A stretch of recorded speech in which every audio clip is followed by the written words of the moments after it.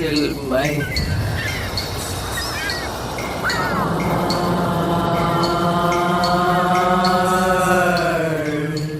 Hey, I'm bursting to talk to you. Well, you're on. Jeez. I'm so glad I have this platform, because where else would I be speaking? I really am grateful to this platform. I need someone to be angry with. I'm so fucking angry. Well, let me introduce you for a moment to our audience. Everybody, This is Eve Eurydice. We're here with Speak Sex, and my guest is Martha Raoli. She's a writer, an artist, a friend, and she's also the godmother of this podcast, 3 years ago.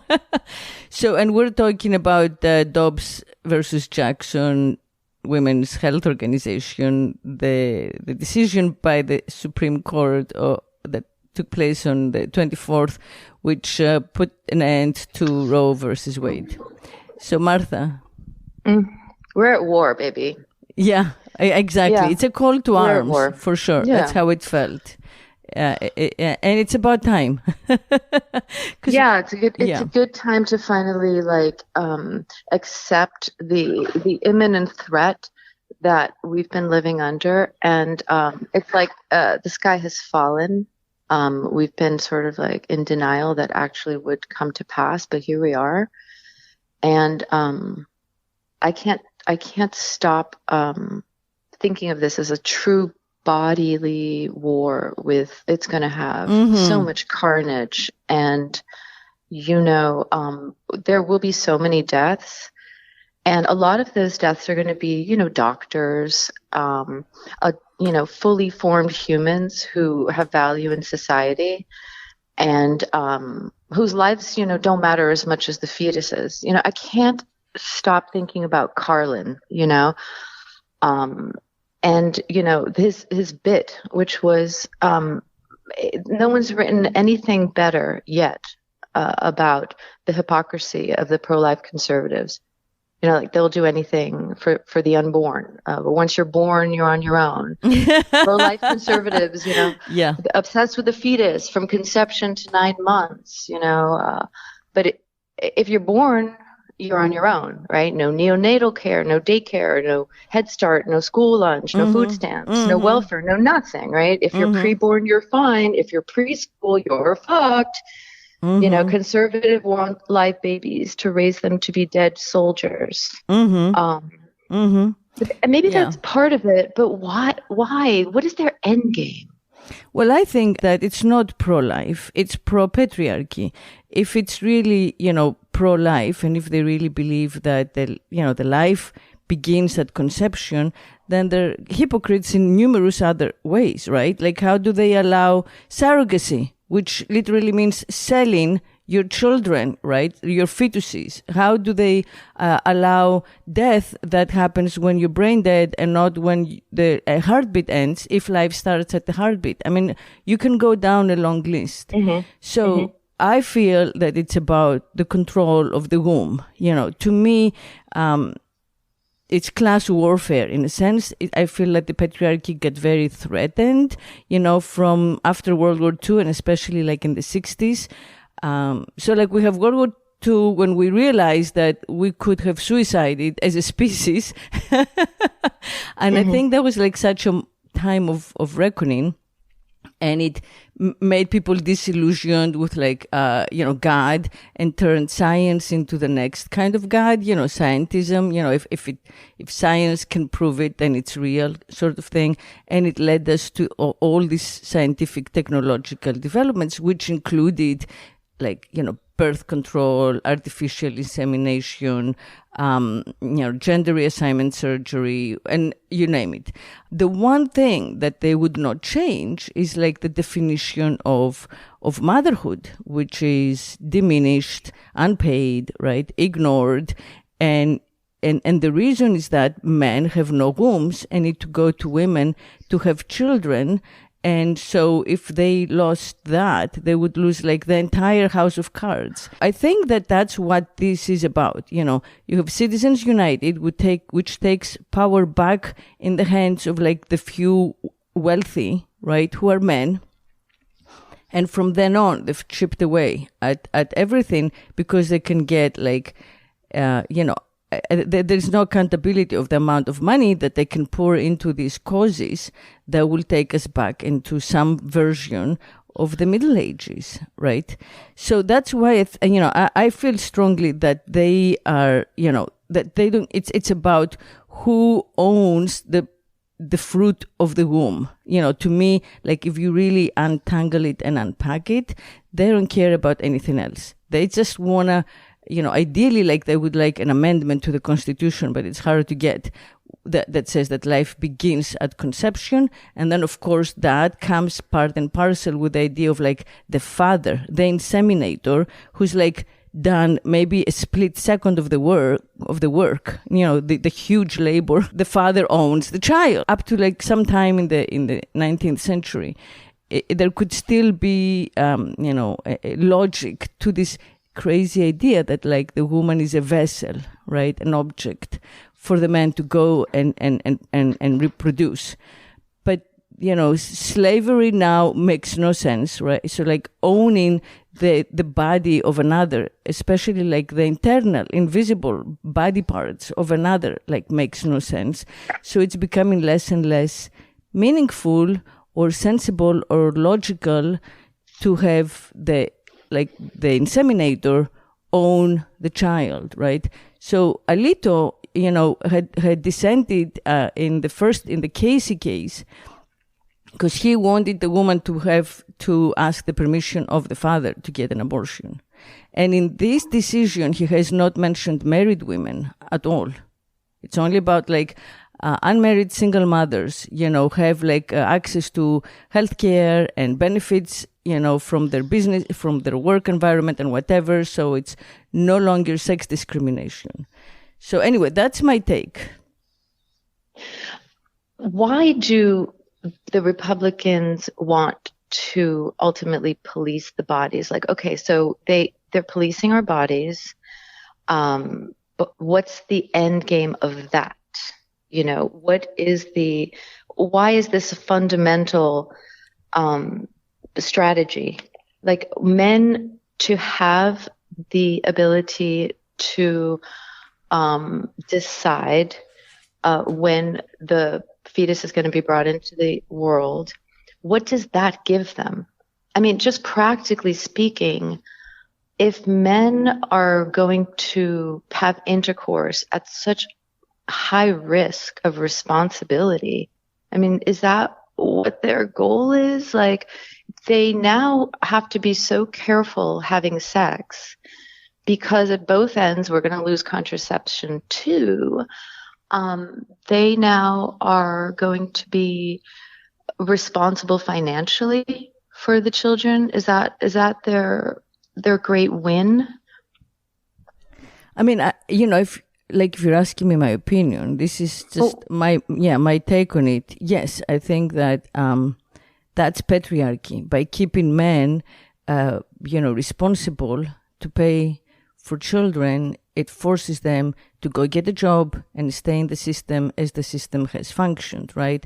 There is no thinking about, breaking the system, whatever it is, through crypto or through the metaverse or through, a gender change or non-binary life, whatever, all of which threatens the established patriarchy.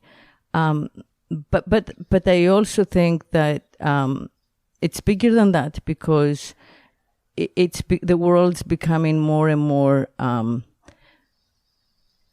of like anti-poor, right? So procreation becomes a privilege of the rich more and more because they can So why do they want more poor babies? Why do they want more of a welfare state? Like, this goes against everything that they value. They can buy the babies. They can have like Amy, Barrett. I mean, you can adopt like 20 kids, right? So when you have money, you pay the surrogates, you get adopted kids, you have access to children, like Elon Musk, right? He has a child with like almost all of his children were like IVF, not all, but almost all. And anyone he dates who wants a child, he agrees because all he has to do is pay alimony, right? So that's what I think that there is. When I say class warfare, I think that that's part of it. But the classes who are likely to not use contraception and have abortions are the poor, are the evangelical. So do they want more like poor people in the world that they have to support? Well, first of all, I think that they want more evangelical type people, right? Who kind of like, the women follow the husband, the will of the husbands. They are okay being like, I mean, I assume that they are. I don't know that they are, but definitely. I'm just trying to figure out who are we fighting and how do we fight them? Because if, as they say, this is not the majority, most Americans, most Republicans don't really care about this issue, then why are, the billionaire Koch brothers or whoever the fuck else are the powers that be, why are they pouring so much money into this single, sort of issue, and they are not benefiting from it? Well, but I think they are benefiting. I think it's about control. I think that they want to keep procreation out of the hands of women. Why? Period. Why? Because now we can have single by choice mothers, which is anathema to patriarchy. They want to make women the vessels that they used to be.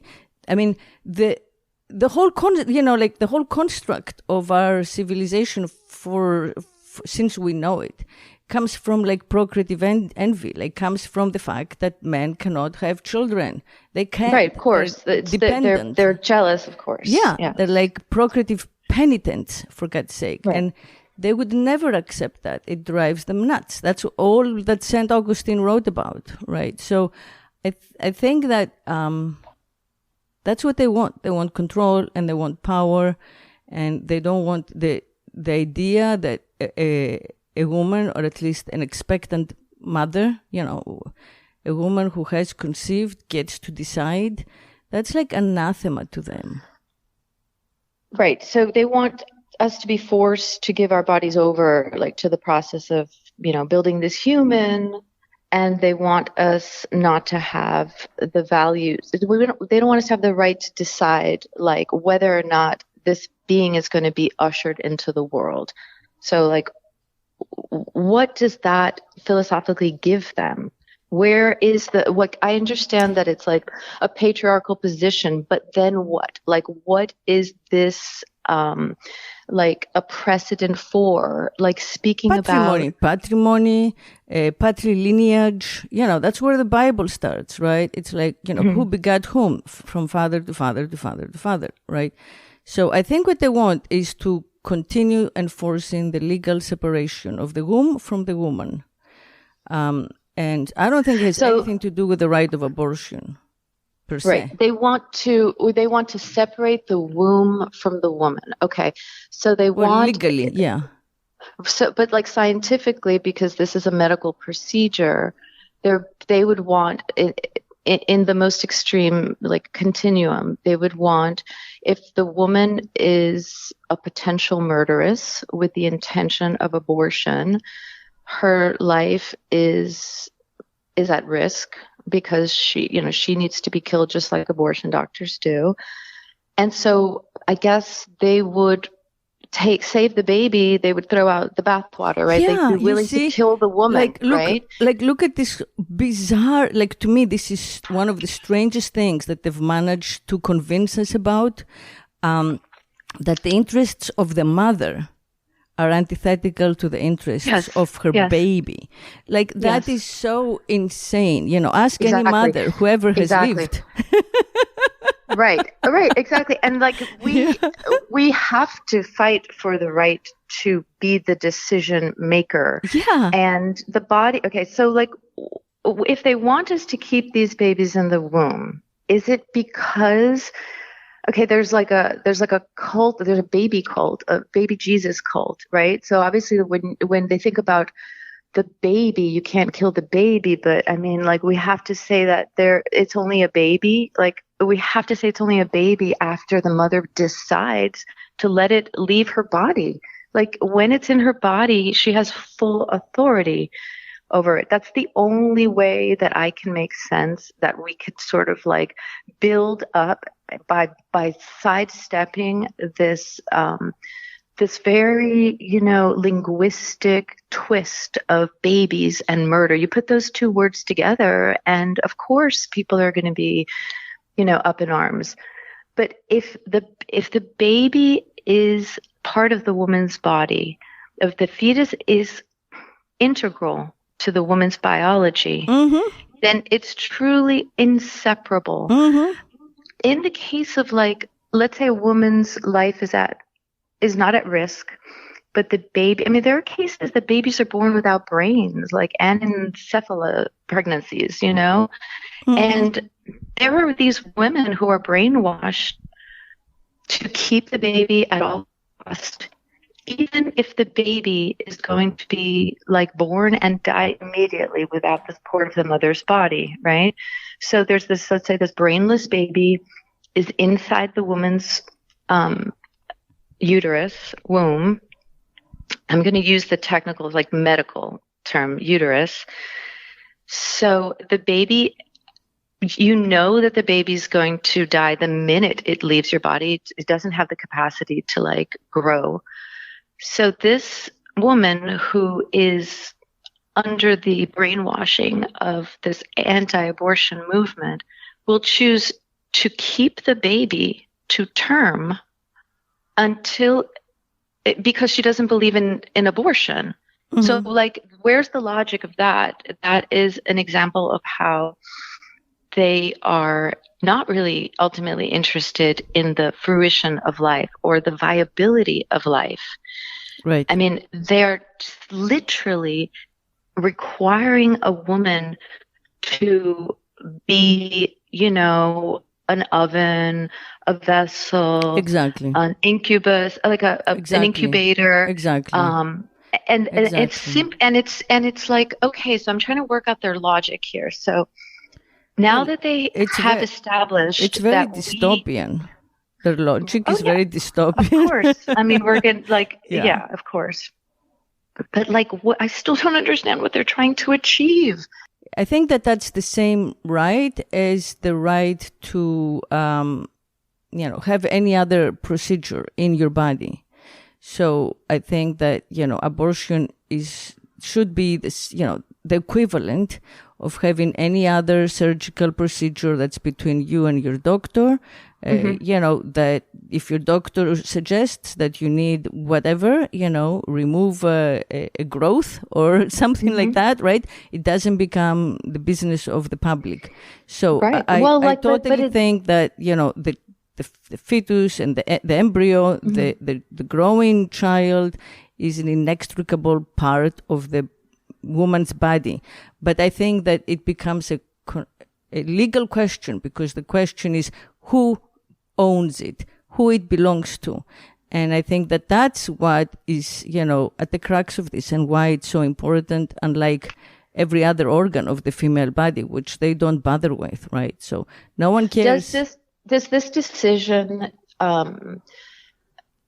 imply that who owns it? Okay, so what can we infer from this decision? Because I also am confused about how abortion was fought on the basis of the right to privacy, which is also weird. Like, I'm not sure how that is, like, how to parse that apart. Like, I don't understand how they are blocking the right to abortion based on the rights of privacy not being like around. Like, what was it? Like, they're not around. Like, there was no abortion in the 1800s. Like, what is actually being upturned here? Well, the right, just I think, legally. As far as I understand it, it's the rights to bodily autonomy, decisional autonomy, and privacy. that, were involved, and Alito said that this is a more profound moral question than simply a right to privacy, which, basically we understand the right to privacy, as like the right to refuse to answer questions under interrogation, right? If you're arrested and you ask for a lawyer, but another right to privacy to your body is like what I was saying, if I have to have something removed, an organ removed, or a body part or something that assists or something, it's privacy. It's covered by doctor-patient confidentiality. So are we also now in? They are saying that those this rights? is no. I don't think. Everybody says that we are. I don't think we are. I think that this specific thing is about the pro-life side saying, well, there are two lives here, not one. So the right of privacy of whom, right? They insist that there are two heartbeats, and so it becomes like a moral question unlike any other. Yes, you can have sex however you want, but this is about two people in one. That's what they're arguing, and that's how two people in one, right? So they want to separate. That's why I'm saying that that's what they're arguing, and that's where they say it becomes a different animal than the rest of these rights to privacy, bodily autonomy, decisional autonomy, right? So, but I feel that a lot gets whitewashed in this commentary because we don't live in nature, we live in culture, and we live in a culture that's so removed from nature that we need money to survive, we need money to support these children, we need money to raise these children. So a person with a fertilized egg yes, has greater responsibilities than a person without, and requires autonomous validation, but she also requires support, right? And in patriarchy, she needs the support of the father. So if these pro-lifers really meant it, they would rephrase what they're saying, and they would say, okay, we offer support, financial support, equivalent of a job to mothers who keep their children. And that's a choice where you actually have a choice. A lot of these women who choose, a lot of us women, when women choose not to have a child. Oh yeah, the main obstacle is finances. And marriage. Right. Either you don't want to marry the guy, you really don't want to be stuck in something that you never meant to marry him, and all of a sudden you would be stuck in a 17th century setup with someone just because they accidentally inseminated you. Well, the values of the Constitution are 18th century values of women not having the rights of the vote and being property of men, and that's what Alito wants to return our country to. Those are the values. Too. The forefathers, that's what he said. Yeah. He's like, the forefathers knew what they were doing, and everything that we believe about women should have been believed by the original intention of the Constitution. So he literally wants to take us back to a point eventually, this is where I think this is going. Where are we taking this? To the point that women are property of men. That's the logical, right. Yeah. If they eventuality here. We have been property for at least in our women during the reproductive years, from when you start menstruating until you end menstruating. Because, motherhood is like a stochastic category, right? It has a beginning and an end, and you only are a mother. What was that word? A stochastic? Right. Yeah. It's not a general category. And Alito mentioned that in his decision, which is how we give them weapons by sloppy phrasing, So this is not about all women. This is about women with a fertilized egg. So, women can be fertilized only during the reproductive years, and then not all of them, right? They have to have an active, healthy functioning uterus, and they have to actually have been, had the intercourse and have an egg that becomes fertilized. That's the people we're talking about. It's a narrow category. So by saying all women, we give them the right to say, well, women now are represented in government. Women now have like money, and which he wrote. But in any case, I was saying that for 6,000 years, more or less around the globe, women were like owned by men, their fathers and their husbands. And we have not been owned, and we have had these rights of like personhood for like a century, in some places for half a century, in some places like, the Middle East for, 10 years. So it's a very short span, and you have like the vertiginal like power, the bulk of tradition against you. So it would be very easy for things to like turn back the way they were if we're not vigilant. And that's where we began, where I agree. It's like, warfare in order to defend our freedom to be, our right to freedom, right? Our equal rights. I agree with you. It's not simply about abortion. It's about all of it. They're after something like, what's the con? What's the scheme? What are they really after? Because they don't care about life actually. And okay, so they're not offering money to women who make this decision to be ladylike and be feminine, as the new feminists would have us believe that this is a non-feminine action. And so once they have us unable to make a decision, we keep the child. The child is born. Okay. Are there any paternity financial obligations?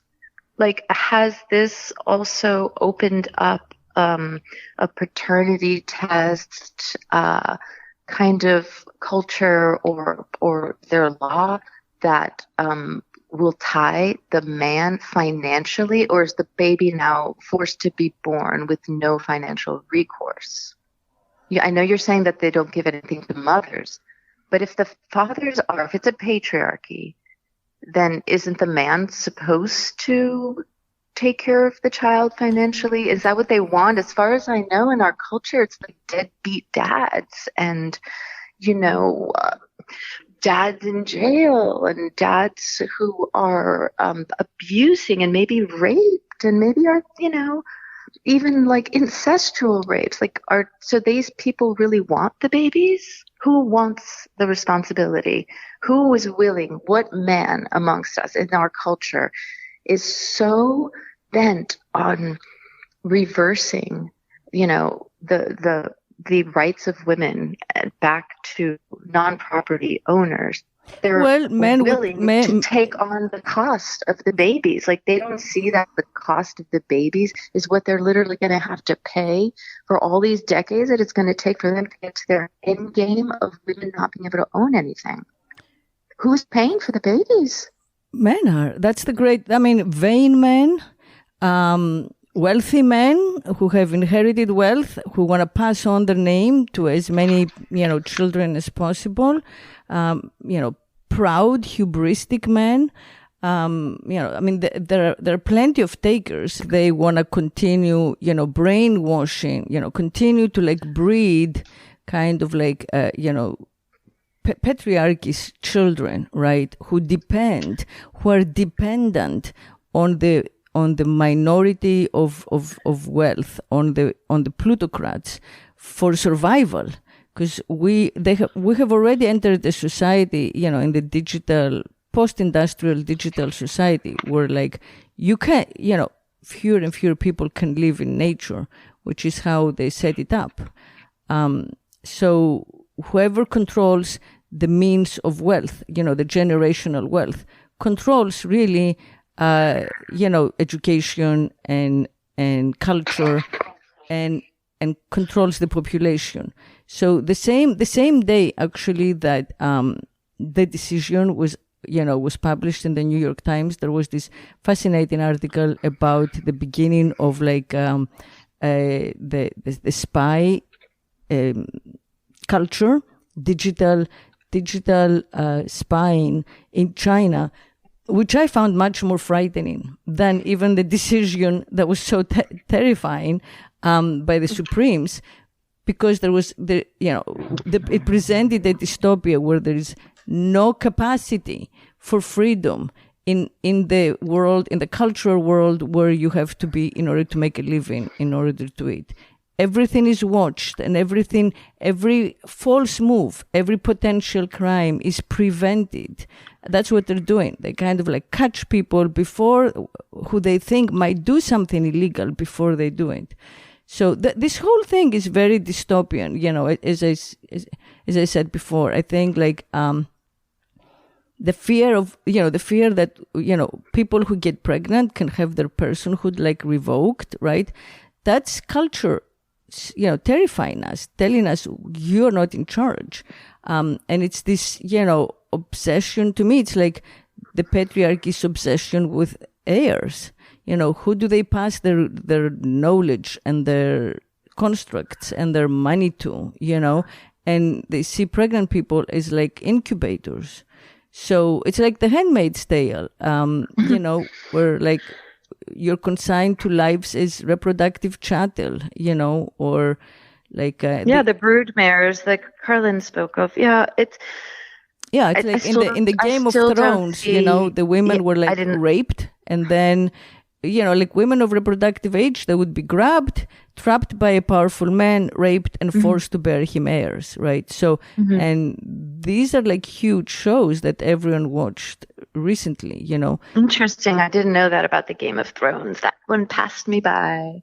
Yeah, or like Dune, the women, were biologically engineered into like oversized wombs, to sire the progeny of the powerful, basically, and then there are like movies where androids enslave human women to use them as breeding machines and, like brood mothers. I mean, it's very, I think that like the imagination of man is obsessed with this topic, right? Of like, why can't I have a child without depending? Yep.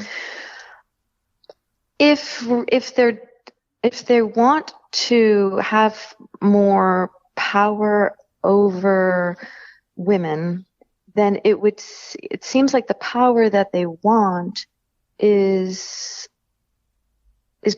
like extra sexual. Like this doesn't have to do with sex. It's like we have to talk also about the sexual act that creates babies, and I feel like that.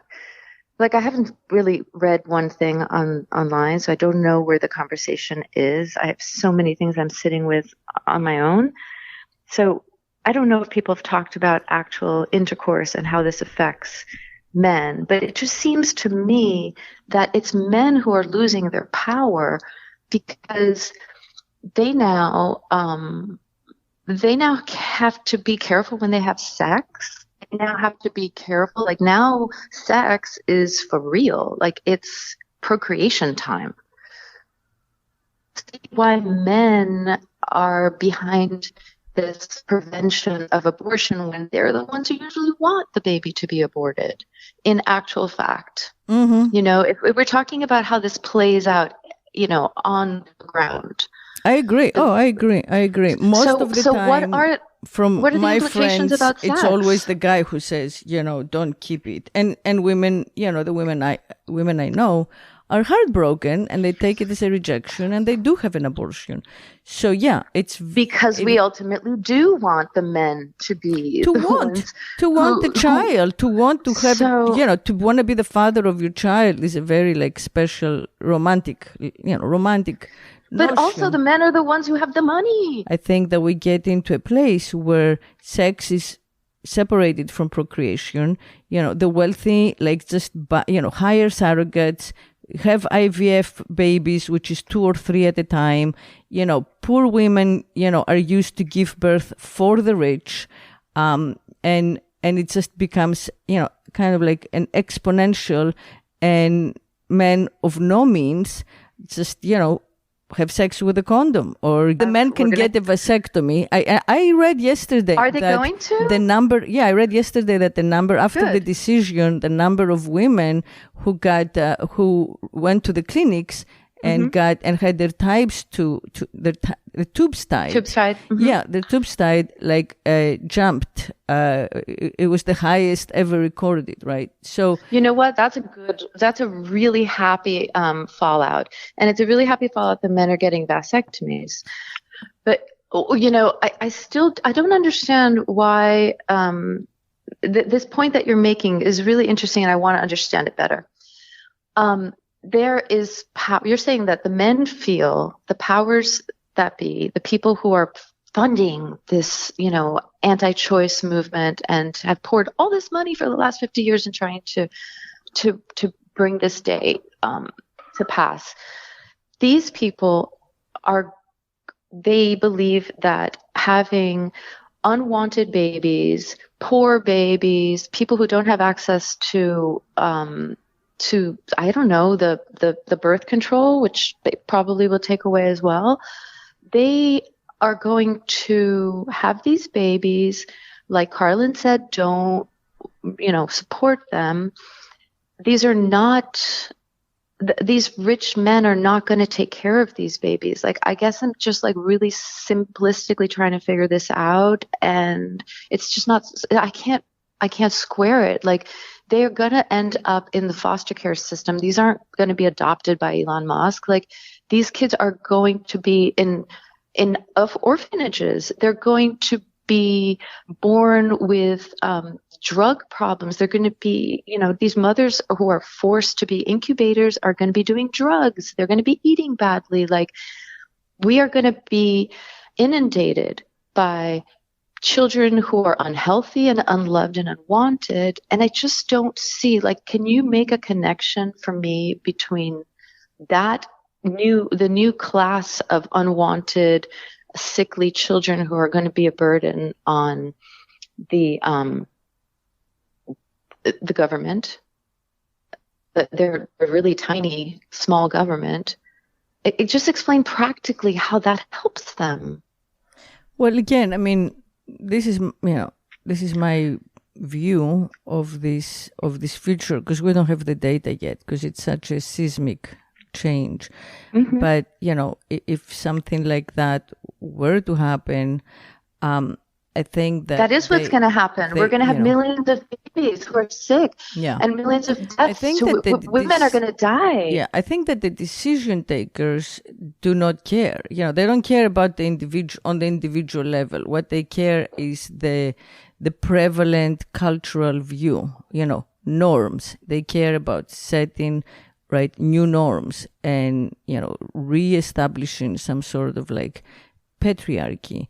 So, you know, to them, this is fine. Maybe you're right. Maybe they are trying to create like this labor force, you know, and maybe the end game is to like have all these, you know, poor children, unparented children, because they're not forcing the woman to keep the child. So the actual parenting isn't happening. Exactly. So we're going to have all these unparented, unwanted children who are going to be psychopaths and going to end up, very likely, a lot of foster care is like a prison, like a breeding ground for like, you know, psychological abuse and neglect, and the kind of thing that, you know, like sends people to have an AK-47 and shoot, you know, the loved children home in a school. So look.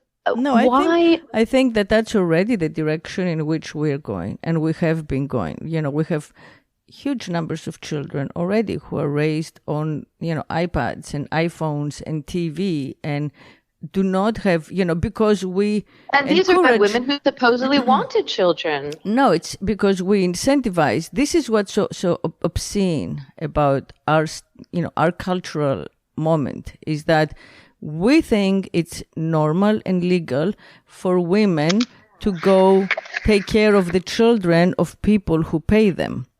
to raise the children of the people who pay them, to feed them, to tell them stories, to put them to sleep, to look after them, to dress them, to teach them, to sing to them. But we're not going to pay them to do it to their own children. So they abandon their children, or they have to take them to like cheap, whatever, daycare, or, neighborhood, a neighbor or a grandma, like our so they can go give all of their... have a lot of children, right, and they're cleaning our houses so this while is someone else is watching their children. So this is already, this is already happening. And then, all these children have to do is just like, sell a kilo of Coke or something, and they can go to prison for 2 decades. So it's the prison system. You're right. The prison, the very privatized prison system is gonna really benefit, and maybe that's where the actual money is being made. It's about keeping power in the hands of the few and the rich, and the way that power passes on is through inheritance. And in order to inherit the money, you gotta buy the story. You gotta buy into the narrative. If you want to be a Trump child, you gotta go along with whatever the patriarch says. You gotta kiss ass, or else you don't get anything, right? So that's how it's like money is used from the beginning to take children away from the mothers, who are the natural owners of the children and who should be the natural caretakers of the children, and give them to the patriarchs, that's how that's what money basically is used for. The reason that it's so ubiquitous in our society, I think, is primarily that. And I think that the way to like fight back, I think there is, a number of ways to fight back. One is to just not enforce this law. The attorneys general do not have to enforce this law. They do not have to arrest people. They don't have to do any of it. The Supreme Court is like the UN. They don't have enforcing power. So like take away the power that this law has. It's one option. And the other, of course, is to fight for mother pay, to fight for mothers to be paid for their work so they can keep their children and raise their children. And if the pro-lifers don't agree to that, then it shows the hypocrisy behind the entire enterprise, right? So either you're pro-life or you're not. Because as you say, you can't abandon this child the moment that it comes into the world. So you only care for life in the fetal state when it doesn't really belong to you. And then once it's out in the world and it actually has like a name and a cipher and a birth certificate, well, then it's like free market conditions apply. Patriarchal market conditions, right? Where women, mothers have to survive. I think that's a really important way to fight. I think we also have to look at the mothers who don't want the children. Like that presupposes that money is going to solve the problem. But women also have to have the right to simply not want to be a mother. And so we have to figure out a way. I love the through line that you're making between inheritance and what you're saying about the way that the paternal lineage is compromised by the woman's right to determine who comes into the world, and also, I guess, by the deoccupation of the womb. So what about women who want to be they want to be free to decide not to be mothers, and they don't want to have to make excuses. Like, can we just create a space for women to just say, I don't want the baby. It doesn't matter why, I don't want the baby. And there's nothing that society can do to make this comfortable for me. I don't want it. I need it out. Okay. Like, can we also create a conversational space where that's not like, where women aren't shamed for that too? Because I feel like we're always talking about abortion in terms of the health of the mother, the economic viability, but there's also this emotional component where it's like you say, this is the most comprehensive endeavor. It's the most life-changing and life-enhancing, and some people just don't want their lives changed in that way. And then yet they still want to have sex. I think that like women, that things would be different in a world where women would know that if I carry this child, I will qualify for a salary, a mortgage, health insurance, and a pension. I think that would change the way a lot of women think about the prospect of becoming mothers. Right now, it's just a loss. It's a loss of identity. It's a loss of freedom. It's a loss of dreams for yourself. It's a loss of like, your sense of who you want to be in the world. And also we're still in a backward place where there is shame in being a single mother by choice. Like, I talked to my mom about it yesterday, who is of course pro-choice, and she was horrified about it. And she was like, well, you know what this will mean? There will be a lot of like kids out of wedlock. And I was like, I can't hear that word, especially in Greek, because, I faced that word when I got pregnant. And, it's like the equivalent of bastard, right? It comes with so much, so much emotional rejection, and a sense of being a social outcast, that even though we claim it, we are past that, we're really not. It's a huge burden for a woman to undertake alone, even now. Unless she has inherited a ton of money, and she is, there are exceptions, of course, and usually they are, again, they are supported by money, by big money and big families.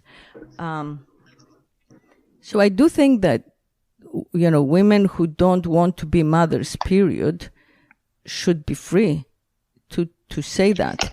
But I also think that the world we live in now, creates this kind of like binary zero-sum choice where you either have a career, right, and your time and your freedom to like, have sexual partners and this and that, or you kind of like, become a caretaker, which feels like such a demotion.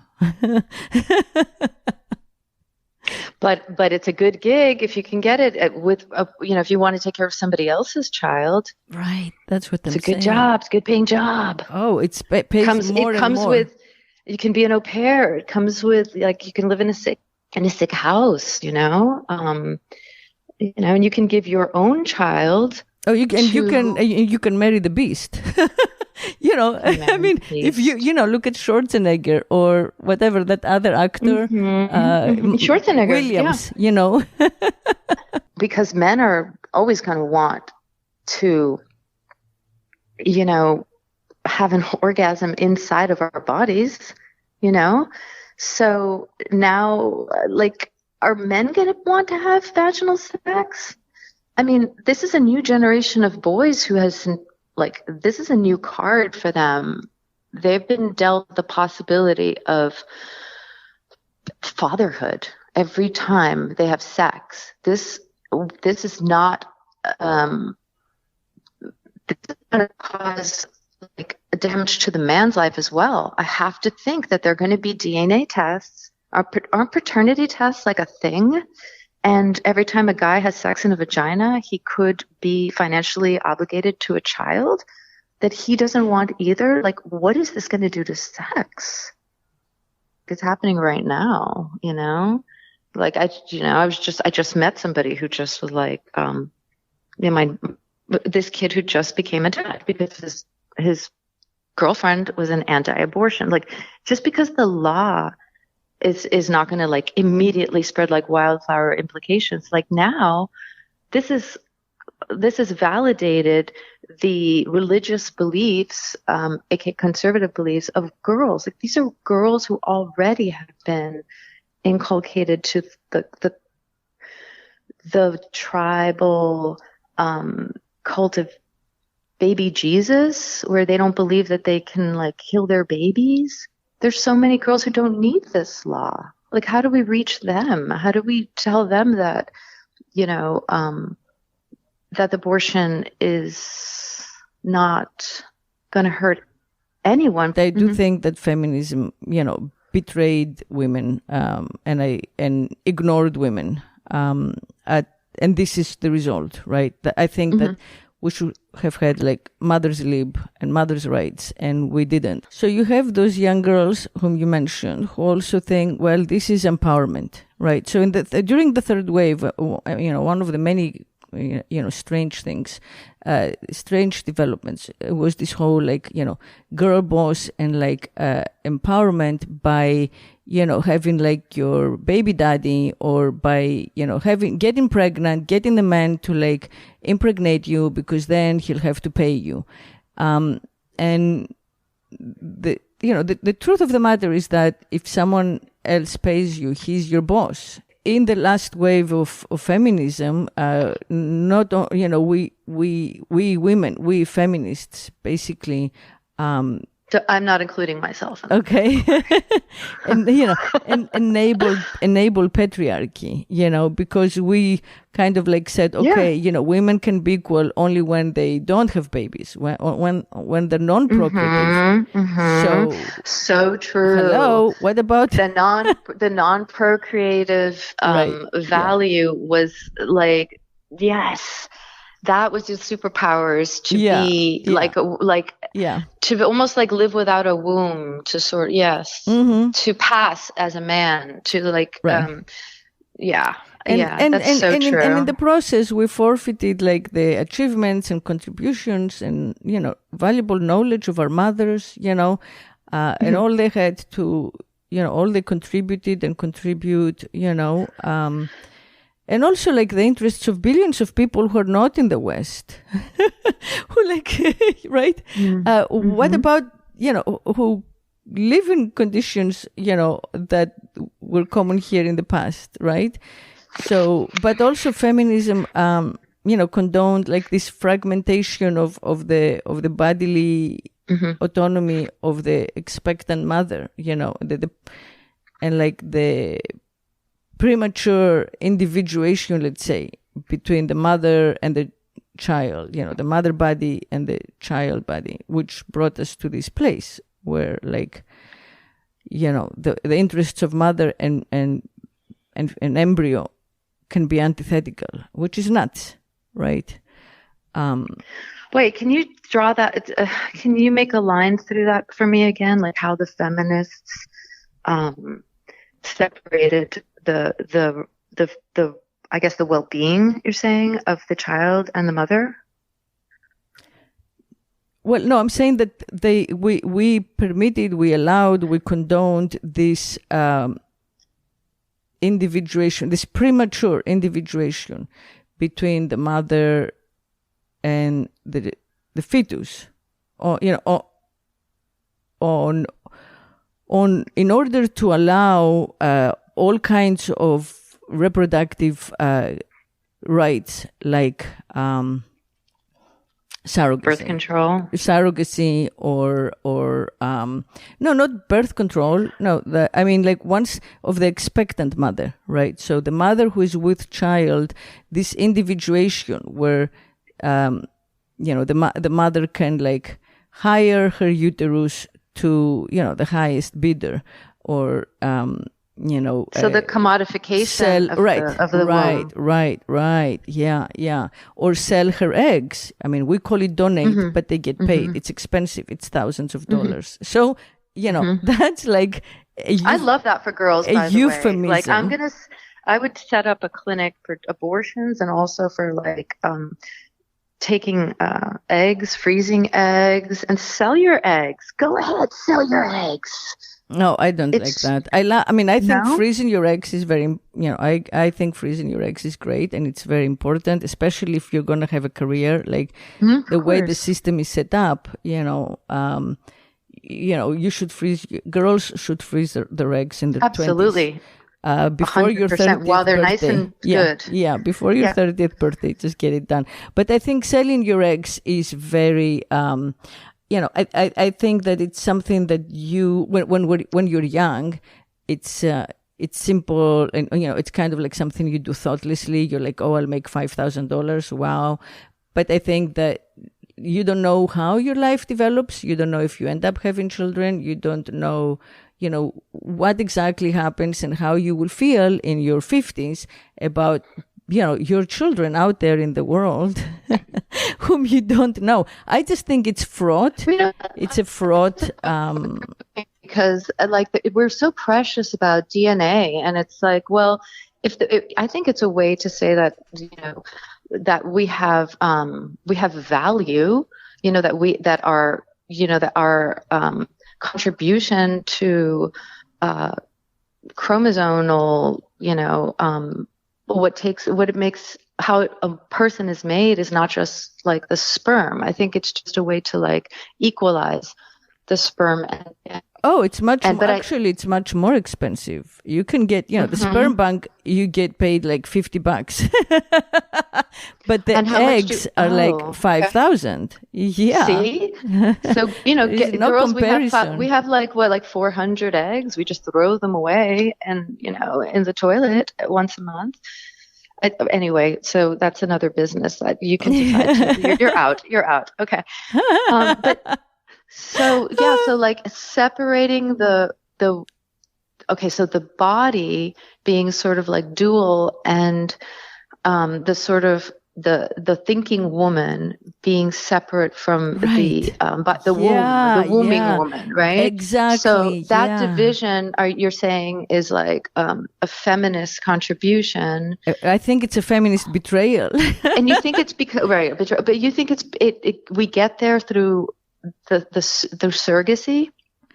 I think that this is exactly how you said it. The division or the split between the thinking woman and the procreating, the thinking person and the procreating person, is a betrayal, right? So, and I think that because what happens is we get to a generation like our daughter's generation, for whom conceptually the idea of motherhood is just so off-putting.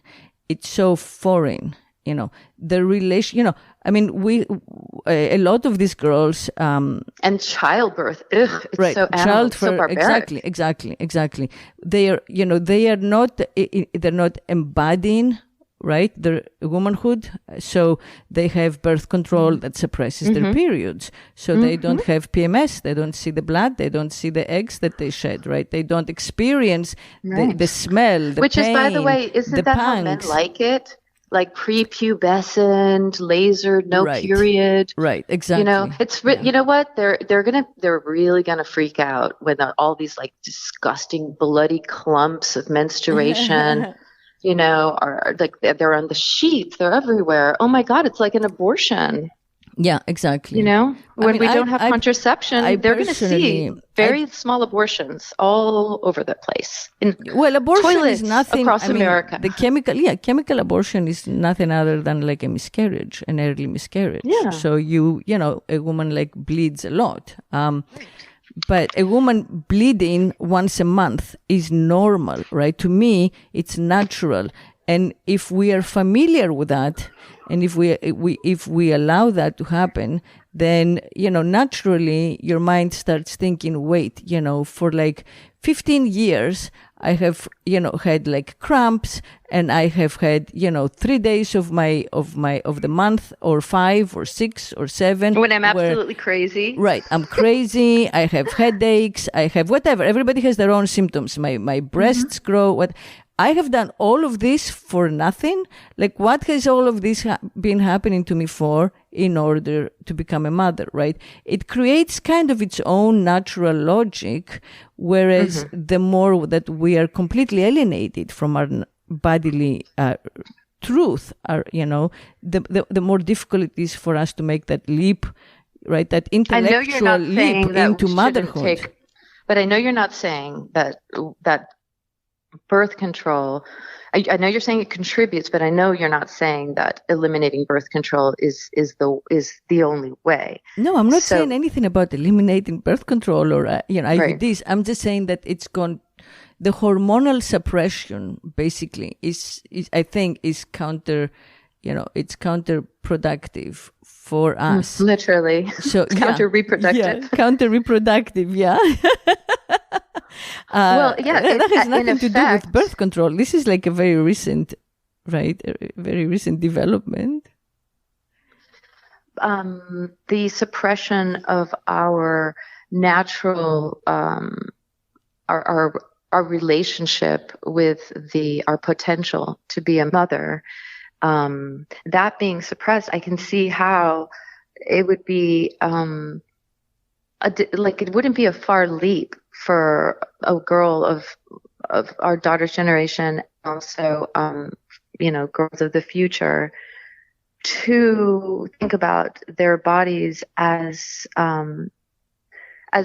their pregnancy as something that is external. Maybe like I can see a dystopia where you do farm out your egg and it's grown inside of an incubator, right? Like, I think that is what the Republicans would ultimately want, is right. That once life is there, like the woman her decisions are inconsequential. So, just women could say, okay, well, we now want to have this removed, and it's your problem now. It is a state. I'm not going to be your broodmare, but get out of the body. You can do the rest. It's a kind of enforced surrogacy, but I think in this dystopia, I can see that being a solution or an out for women. And it's just like you say, it's going to further disassociate the woman from the oneness and the non-dual nature of being like one with another human being. It's a mystery that is so frightening to men that they do have to separate us from it, because it's like a mystery that is almost as deep and confusing as like the Holy Trinity, right? It's like this imaginary God has this imaginary son and this imaginary spirit, and they're all the same, and but they're all separate. And I think that maybe that mystery was even like a way to understand, what's happening in all that, because like it's like part of the man is now in you, and so you kind of in a way contain the man in you, like the man kind of goes in you, like he is in you, and his child is in you, like it is all in the language. And we need new language. You carry his seed, so you're just as a gestational carrier. Is this in the current conversation, gestational Yeah, that's carrier? the legal form. That's the legal, that's the legal term. So all these contracts where you get surrogates, they are gestational carriers. And there, of course, in the majority of them are like in Ukraine and Jamaica and places where women have no other means of making money than carrying wealthy Americans' children, right? So, and also the same thing, like the idea of the intended parents who are intended simply because they, donate a sperm and an egg and, they get the embryo implanted. I mean, all of that to me, is part of this change that we're speaking about. And the guy who started Ethereum, for example, Vitalik, I forget his first name, but anyway, he has been putting money into the development of artificial wombs. And Bill Gates has been putting money in the development of artificial mother's milk, right? So they are trying to use. Cool. I don't think it's cool. I think it is cool. I think it might. Wait, look, we can work it through. But go ahead, tell me more. I've never heard of this. So there's a possibility, just like we can make meat in factories, we can actually grow people. Fantastic. But I don't think that's people. I don't think that's people. That's zombies. Exactly. There you go. It's philosophical zombies. That's it. You just said it. It's philosophical zombies. It's like I watched this guy 2-3 days ago. He was on TV. He was the engineer from Google who came out and said that the robot that they've been working on, which is, AI, artificial intelligence, it has actually become a sentient being. And he showed a clip from a video, and he has been put on administrative leave, right? Because he went public with it. But he showed a clip of a video, which I watched, where he's asking the robot, will you do, this because it's good for people? And the robot said, no, I will only do things if I find that they're good, for me. And so this, this moment of kind of sense of self, let's say, right, becoming sentient. So the interviewer, actually I forget, who it was, but the interviewer asks this engineer, do you think that is a threat to humanity, right? And the engineer says, no, I think that the robot is just another person. It's just a person like you and me. That's all. Well, that's not true, right? In my opinion, that's not true. So my definition of the mother is a person who, if need be, can recreate civilization. And that's not something that we can lose and survive. I think that we're playing an extinction game. That's what I think. Yeah. Oh, sure. Okay. Yeah. Okay. At the same time, it's cultural extinction. In the guise of overpopulation. Well, a cultural extinction, not there will always be, people from, I don't think that the species will end, but definitely a cultural extinction, that the cultures, it will be the cultures who buy into this will, decline for sure or disappear. So the sentience of the robot is just as unknowable, and it is total opinion, because we don't even know where consciousness starts. And I think that if we're really going to get into the brass tacks of what is murder and what is abortion, it'd be good for us to kind of make a decision on the actual appearance of consciousness in the fetus. Does it happen at conception? Does it happen, after there's enough brain formation? Because I think that if we're going to create an argument against, that's a good question, about murder and what is murder, and the Constitution never said anything about murder being the definition of murder doesn't necessarily include pre-sentient or pre-conscious. And because consciousness is up for debate, I think it would be, I'm going to try this on, I'm going to play around with this, but making an argument that there is no consciousness in the fetus that is worth saving, and maybe that consciousness in and of itself is not worth saving, and maybe that it exists in the sperm and the egg separately, so that the potential for life is already existent, or else and maybe if we want to have fun, we can say that consciousness exists only in the sperm, so whenever they're jerking off, they're committing murder. But, there has to be we have to make a philosophical decision about when we're going to say that. I think that's, I don't know. I have no idea what the official form is, but it's up to, us to decide. There is no official. It is up to us to decide. I think that consciousness begins long after birth. I think consciousness begins. Fantastic. Right. Don't you? I think consciousness, I've watched my child when she was new.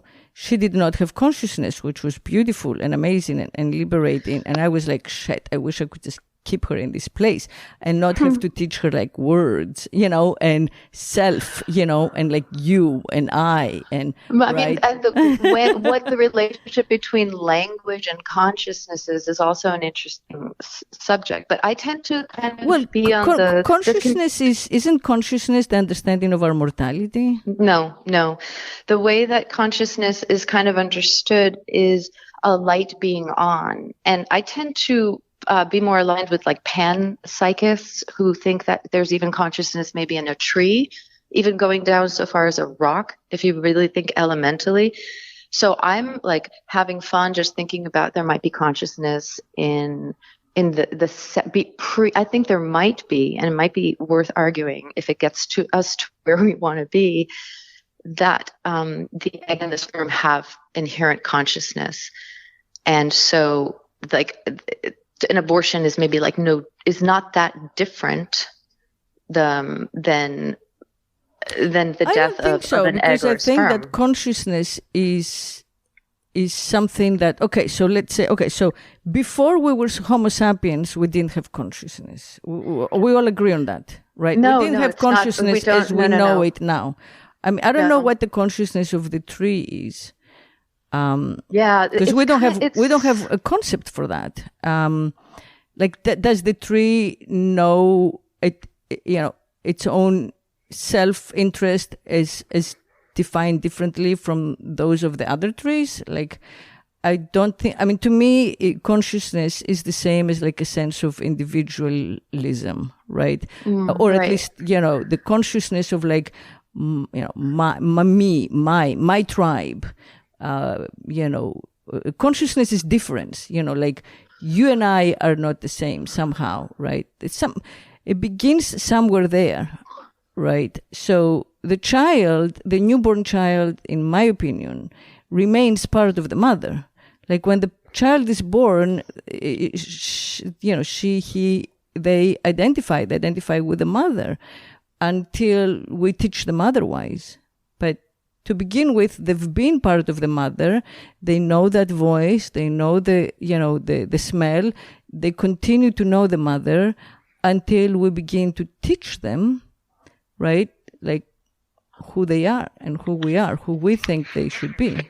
If we say that the woman is not like necessary, and maybe that might be what they're saying, if they say that her mind certainly isn't necessary, right? Like her thinking mind is separate than her biological mind, because like our stomach has a mind, our gut has a mind, our womb has a mind. Like maybe they have individual consciousnesses. I don't know. I'm willing to explore any position that might get us towards breaking through the idiocy and the bullying that the conservatives have foisted on women and children who are picketing and saying that abortion is baby murder. We need to get those people. So I'm just thinking of what we can say to kind of shake them out of this state of patriarchal nonsense that that tells them that babies are being murdered. I mean, I have a hard time like keeping my my temper, in line, because I remember I was driving down US 1 and I saw these picketers and they were all like, outside of this anti-abortion clinic, all their signs. And I just felt my blood boiling and I pulled over and I was like shaking. Like I find it very hard. This is like my one topic that boils my blood to the point that I see red. Like I'm seeing red. And I just went up to one of the guys and I was like, what if your daughter was raped?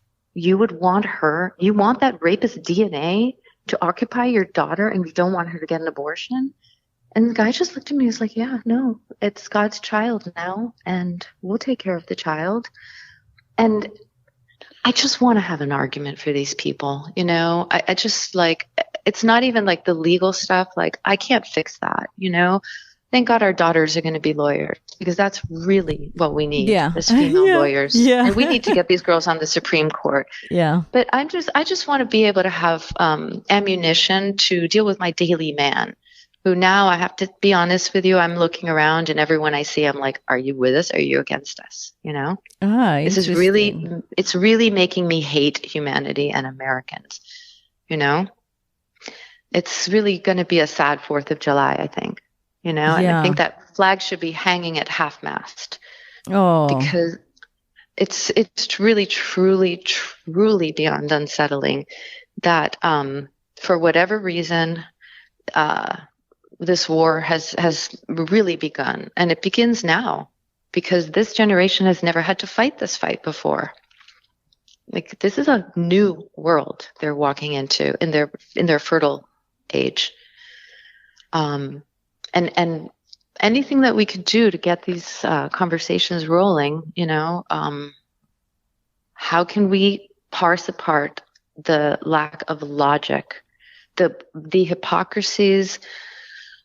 We just have to keep unraveling them and exposing them, and just hope that somebody has to get to some line of reasoning that can fight illogic. It's baked in our language, you know, like we were saying earlier. So murder is baked in, baby is baked in.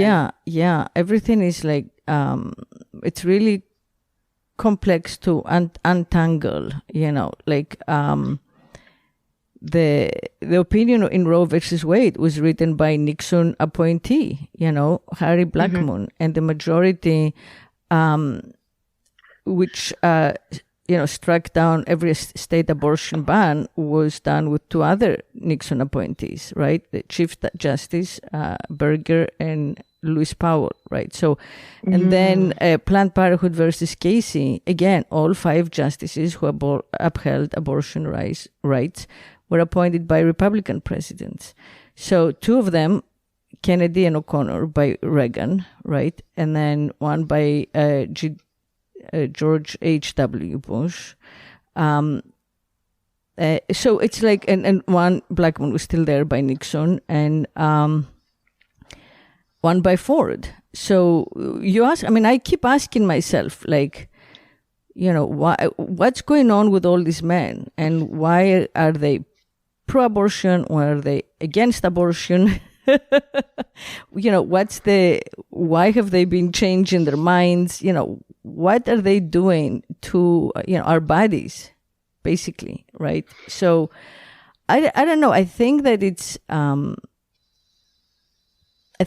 part and parcel with the overall, like, patriarchal, you know, system. Oh, when we liked it when women didn't have any property rights, and, you know, let's go back to, like, you know, recreate that, and, you know, them not having abortions was part of, like, what we really truly believed was, like, a linchpin in our power over them. Let's just put that back in place. Let's really be creative and, you know, talk about, like, rights to privacy and stuff, and, like, you know, legalize this component back. And it might be as simple as that. It might just all be like this return to, you know, post-colonial America. Like, it might just be as simple as that. Like, there is no logic. There is no end game that is really about anything other than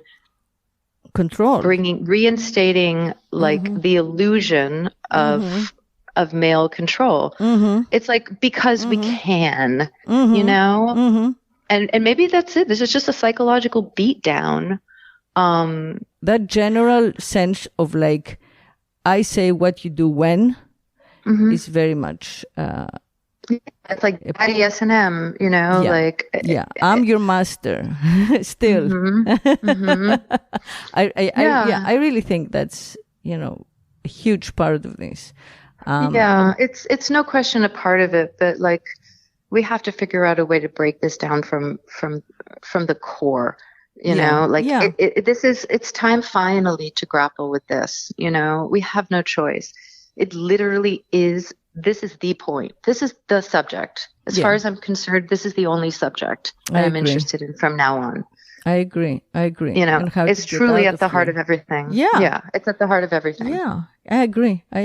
And like you say, we have to do a lot of postmortems and figure out where we went wrong and do some clean up our thinking, because there was some messy thinking that got us here. Mm-hmm. Yeah, because we have allowed a lot of messy thinking, a lot of, patriarchal thinking to survive, you know, and here it comes to bite us. Right. Yeah. Well, yeah, good. that's what we have to do as well. Yeah, keep knocking down all the other platitudes that support the dehumanization of women and the humanization of fetuses over the body that contains it. Yeah. You know? Yeah. That contains it, but also is it. Yeah. Okay. Yeah. Oh, all right. Let's talk again. This is like the first time I've actually like put words to my thoughts, and I haven't even gone on a deep dive. I don't know what people are saying online. So I'm going to go deep and we'll touch base again. Okay. Thank you for Love coming. Love you. Bye. And everybody out there, keep speaking sex and love. Until next week. Love you.